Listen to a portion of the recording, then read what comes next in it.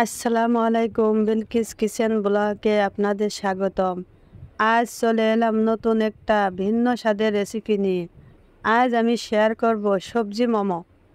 এই মোমো যদি একবার বানিয়ে খান তাহলে সারা জীবন মুখে লেগে থাকবে, আর মাংস ও ডিমের মোমো খাওয়ার স্বাদ ভুলেই যাবেন।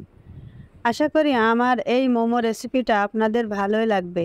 আর যদি ভালো লাগে তাহলে লাইক কমেন্ট দিয়ে আমার চ্যানেলটাকে সাবস্ক্রাইব করে পাশে থাকা বেল বাটন অন করে আমার পাশে থেকে যেতে পারেন, যাতে ভিডিও ছাড়ার সাথে সাথে সবার আগে আমার ভিডিও চলে যায় আপনাদের কাছে। তাহলে চলুন রেসিপিটি দেখে নিই। সবজি মোমো বানানোর জন্য প্রথমে আমি 3-4টে সবজি নিয়ে নিয়েছি। আলু, পটল, টমেটো, গাজর, পেঁয়াজ কুচি, আদা রসুন বাটা নিয়ে নিয়েছি। এগুলো সব ছোটো ছোটো করে কেটে ধুয়ে নিয়েছি। আপনারা চাইলে সবজির পরিমাণ আরও বাড়াতে পারেন। আমি এই সবজিগুলো দিয়ে মোমোটা তৈরি করব। এরপর একটা মিক্সার বল নিয়ে নিয়েছি। বলের ভিতরে 2 বাটি আটা নিয়ে নিয়েছি। এখন স্বাদ অনুযায়ী লবণ দেব। 3 চামচ রান্নার রেগুলার তেল দেব, দিয়ে আটার সাথে ভালো করে মিক্স করে নেব। এভাবে আটার সাথে ভালো করে মিক্স করে নিতে হবে। তেল ও লবণ আর আটা এভাবে হাত দিয়ে ভালো করে মিক্স করে নিতে হবে। তেল, লবণ, আটা ভালো করে মিক্স করা হয়ে গেলে নর্মাল পানি অল্প অল্প করে দিয়ে একটা ডো মেরে নেব। একবারে বেশি পানি দেওয়া যাবে না, অল্প অল্প করে পানি দিয়ে ডোটা মারতে হবে। এই ডোটা সাধারণ রুটি পরোটা ডোর মতো হবে। এভাবে অল্প অল্প করে পানি দেব আর ডোটা মেরে নেব। এই ডোটা একটু সময় ধরে আস্তে ধীরে ভালো করে মারতে হবে। এখন ডো মারা হয়ে গেছে, একটু তেল উপরে দিয়ে দেব যাতে ড্রাই না হয়ে যায়। এভাবে আধা ঘন্টা রেস্টে রেখে দেব। এখন চুলায় চলে যাব সবজিগুলো ভাজার জন্য। এজন্য চুলায় একটা পাতিল বসিয়ে দিয়েছি। পাতিলে পরিমাণ মতো তেল দিয়ে দিয়েছি। তেলটা একটু গরম হলে পেঁয়াজ কুচিগুলো দিয়ে দেব, দিয়ে একটু ভেজে নেব। এরপর আদা বাটা ও রসুন বাটা দিয়ে দেবো, দিয়ে একইভাবে ভেজে নেব। যতক্ষণ না আদা রসুন ও পেঁয়াজের কাঁচা গন্ধটা না যায় ততক্ষণ এভাবে ভেজে নেব।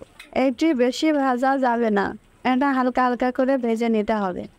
এখন একে একে সব সবজিগুলো দিয়ে দেব, দিয়ে এভাবে একটু তেলের সাথে মিশিয়ে দেব। এখন স্বাদ অনুযায়ী লবণ দেব। লবণ দিয়ে সবজির সাথে ভালো করে মিশিয়ে দেব। দিয়ে এভাবে সবজিটা 2-3 মিনিট ভালো করে ভেজে নেব। এতে করে সবজিটা কাঁচা গন্ধ চলে যাবে এবং একটু সেদ্ধ হয়ে যাবে।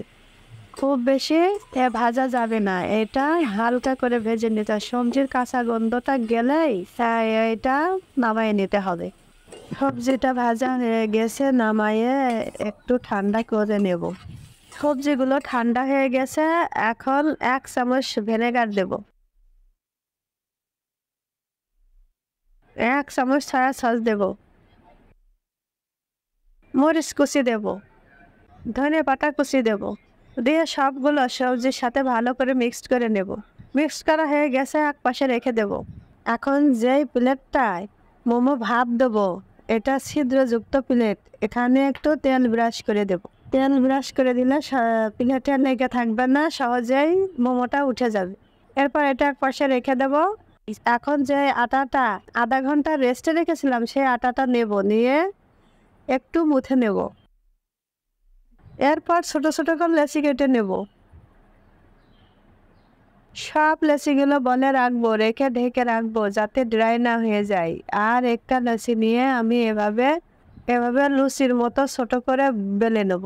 এই রুটিটা কিন্তু পাতলা করে বলতে হবে, বেশি পুরু করে বললে হবে না, এটা পাতলা করে বলতে হবে। এখন রুটি বলা হয়ে গেছে, এখন ভেজে রাখা সবজিটা দিয়ে দেব। দিয়ে এভাবে চামচ দিয়ে ভালো করে চেপে চেপে দেব। দিয়ে যে শাড়ি যেভাবে কুচি দেয় ওইভাবে 4-5টা কুচিয়ে দেব। আস্তে আস্তে ঘুরিয়ে ঘুরিয়ে কুচি দিয়ে দেব। 4-5টা এভাবে ভালো করে কুচি দিয়ে দেব। কুচি দেওয়া হয়ে গেলে মুখটা ধরে এভাবে একটু মুড়িয়ে দেব। এই যে একটা মোমো তৈরি করা হয়ে গেছে। আপনাদের বোঝার সাথে আর একটা মোমো তৈরি করে দেখাচ্ছি। এই যে এভাবে শাড়ি যেভাবে কুচি দেয় এভাবে আস্তে আস্তে কুচি দিয়ে চারিপাশটা এভাবে আস্তে আস্তে কুচি দিয়ে দেব। চারিপাশটা কুচি দেওয়া হয়ে গেলে মুখটা ধরে একটু মুছড়িয়ে দেব। আর একটা মোমো রেডি করা হয়ে গেল। এভাবে সব মোমোগুলো তৈরি করে নেব। মোমো তৈরি করা হয়ে গেছে। এখন আমি চারটা চারটা করে ভাপ দিয়ে নেব। ভাপ দেওয়ার জন্য চুলোয় আমি পাতিল দিয়ে একটু পানি বসিয়ে দিয়েছি। এরপর মুখের উপরে এই প্লেটটা দিয়ে দেব। ঢাকনা দিয়ে ঢেকে 20 মিনিট কুক করে নেব। 20 মিনিট পর এই যে মোমোগুলো হয়ে গেছে। এই যে দেখেন মোমোগুলো সেদ্ধ হয়ে গেছে। এভাবে আমি সব মোমোগুলো ভাপ দিয়ে নেব। সবগুলো ভাপ দেওয়া হয়ে গেছে। দেখেন কত সুন্দর দেখাচ্ছে, দেখতে যেমন লবণীয়, খেতেও এত সুন্দর। এই যে একটা ভেঙে দেখাচ্ছি, দেখেন ভিতরেটাও কত সুন্দর হয়েছে, কোনো কাঁচা নেই, কত সুন্দর হয়েছে। আশা করি আপনাদের এই মোমো বানানোর রেসিপিটা খুব ভালো লেগেছে। আজ এখানে শেষ করছি। আল্লাহ হাফেজ।